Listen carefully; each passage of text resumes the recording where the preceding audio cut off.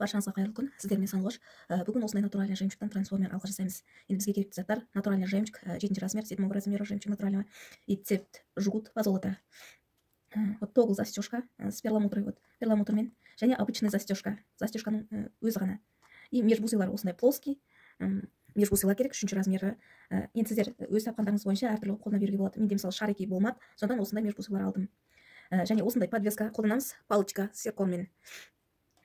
Және де 2 протектор, 2 крем обычный, 2 укрывные бусины и 1 колечке қолданамыз, 6 размерлі. Енді бұл наборда осындай сырғамен жасаймын. Егер сіздер тура осындай сырға жасағыларыңыз келсе, онда мынау бізде подвеска, кулон, размерін кішілеу қылып аласыздар да, осындай шырманца екеуін қосып колечкемен осындай сырға жасай саласыздар наборда, өздеріңіз ойластырып. Бұған жемчуг та жасауға болады, осындай бір жағын жемчуг, бір жағын осындай кулон жасауға болады. А мен екі жағын да осындай подвеска заказ беріп, біреуін ұзын қылып, біреуін кішкентай қылып наборды осындай сырға болады деп шештім. Енді бастаймыз. Тағы да бізге керекті заттар: трос, корейский ювелирный трос қажет, және инструменттер қажет. Ең керекті осы, ең керекті инструменттер қайшы, енді осындай инструменттер қажет. Енді бастаймыз. Тросымызды аламыз, цептің бойымен өлшейміз. Цептің бойымен өлшейміз. Міне, өлшедім, кішкене сәл ұзындау қылып, мына жерден қиып тастаймыз. Қусачки немесе қайшымен қиясыздар.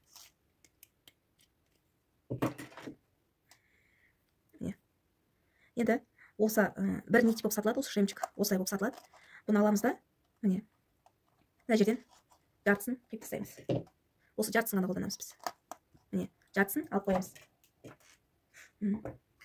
Енді бірінші кремді саламыз. Ой. Міне, крем саламыз. Артынан протектор. Енді бұл жерде бір айта кететін зат: осы колечке қолданбаймыз, протекторға сразу бірден бір застежкамыз салып аламыз. Міне, өткіздік. Енді бүйтіп мына тросты құры протекторға өткіземіз, застежкадан өткізбейміз. Екінші жағын айналдырып әкеп, міне, айналдырдық. Кремға қарай былай саламыз. Осы жерде біз кремімізді бекітіп аламыз. Арнайы инструментпен басамыз. Міне, бастық. Енді міне бекітілгенін көрсетіп жіберейін. Енді бұған мынаның сыртынан осы укрывные бусинаны қолданамыз. Бірден дайындап алайық, осы былай салып мына жерден. Енді осыны қысамыз, укрывные бусинайды. Міне, қыстық. Вот зажимаем вот этот укрывные бусиной. Вот так выглядит. Вот, осындай болып көрінеді міне. Міне. Енді қалған жемчугімізді төгеміз да жібінен. Шunu дұрыстап дайындап алайық.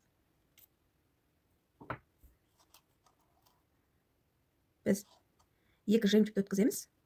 Бір межбусый. Енді одан кейін тағы бір жемчугті өткіземіз да, артынан межбусый саламыз.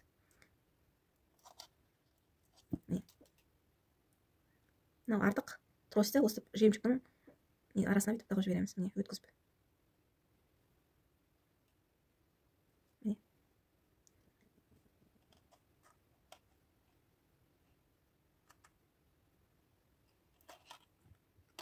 Енді 2 жемчуг өткізіп, қайтадан межбусый өткіземіз.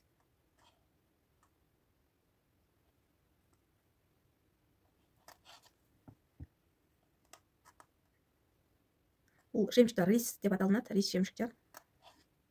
Өстіп 2 өткізіп, өстіп жасаймыз міне.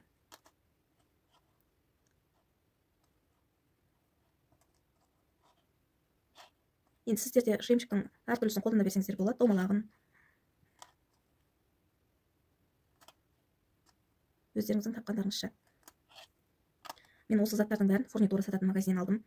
Барлығын аласыздар фурнитура сататын магазиннен. Осы инструментте, троста, осы заттардың барлығы сол фурнитура сататын магазиннен табасыздар. Ол фурнитура сататын магазин әр қалада бар. Және бұлар осы қолданып жатқан заттар позолота, жай ғана люкс емес, позолота. Позолота 14 караттық және 24 караттық болып бөлінеді. Осы позолота және ақ болса покрытием рози деп аласыздар. Мына цеп, осы мыналардың барлығы бізде позолота. Тіпті мына кулон, тогыз застежканың бәрі бізде лазолада.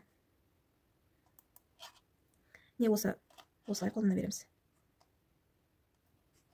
Межбусы деп аталады, разделительный бусина дейді.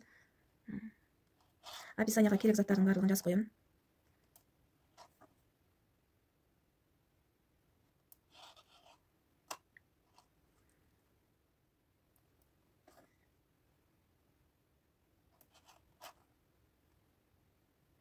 Цептің бойымен өлшеп отырамыз. Цеппен осы өткізген жемчуг бірдей болу қажет. Енді бір штук жемчуг өткіземіз. Тағы өлшеп көрейік. Бірдей ма? Міне, көріп тұрғаныңыздай бірдей. Енді бекітеміз. Басында дәл қалай жасадық, аяқ жағында тура солай бекітесіздер. Бірінші кремді саласыздар. Артынан протекторды өткіземіз. Негізі протектор қолдансаңыздар, колечкиді көп жерде қолданбайды. Енді қолдансаңыздар да болады, енді өз еріктеріңізде. Міне, кремді өткіздік.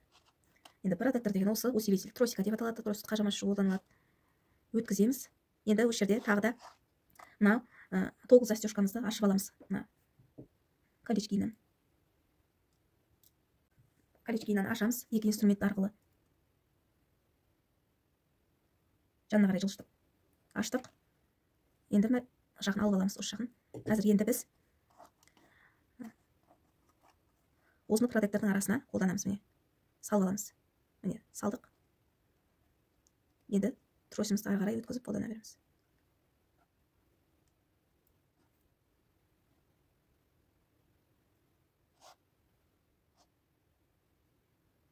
Сіздер ең маңызды осы бекітетін жағын білсеңіздер болды, дизайнды өздеріңіз ойлап тапсаңыздар болады. Енді мен сіздерге бесплатный мастер-класспен бөлісіп отырмын. Көбінде бұл мастер-класс платный. Подписаться кнопкасын басып қойыңыздар. Тартамыз.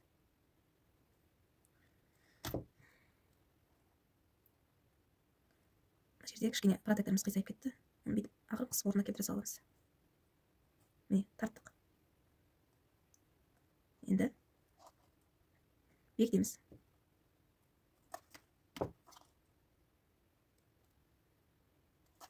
Бекітпей тұрып көріп алыңыздар. Түзу тұру керек. Міне, осындай. Енді протекторға өткізсеңіздер де болады, өткізбесеңіздер де болады. Енді өз еріктеріңіз. Міне, колечкимен жалғасаңыздар да болады, протектор бөлек өткізіп алып. Менің басқа видеоларымда да бар, анығын кремдердің түрлерін қарасаңыздар болады. Міне, кремді бекіттім.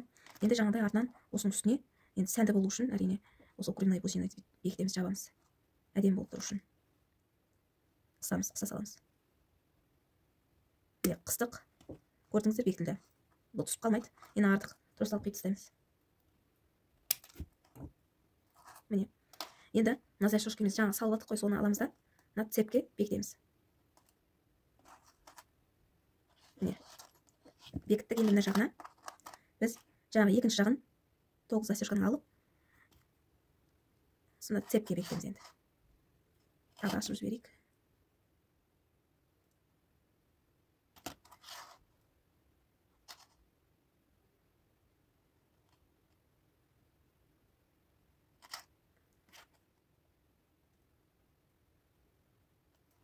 Міне, орнына қарай жылжытып бекіттік. Енді бізде маңыздысы клонды орнатамыз. Жаптық, жабайық. Тоғылымызды. Міне, жаптық. Енді біз клонымызды қайда орнатамыз? Осы үш жеріне қарай орнатамыз. Сол үшін бізге колечки керек. Осындай 6 размерлі колечки ашамыз. Аштық. Енді клонды өткіземіз. Одан кейін барып, мына стогылдың үлкен жағын өткіземіз. Бекітеміз. Бекіттік. Міне, енді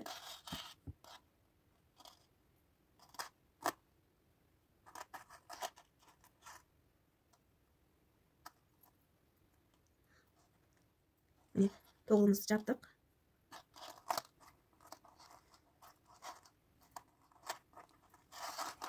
Осындай бізде алқа шықты. Міне. Енді сіздер дизайнын өздеріңіз ойлап тапсаңыздар болады. Әртүрлі. Міне, осындай сырғасымен наборда болады.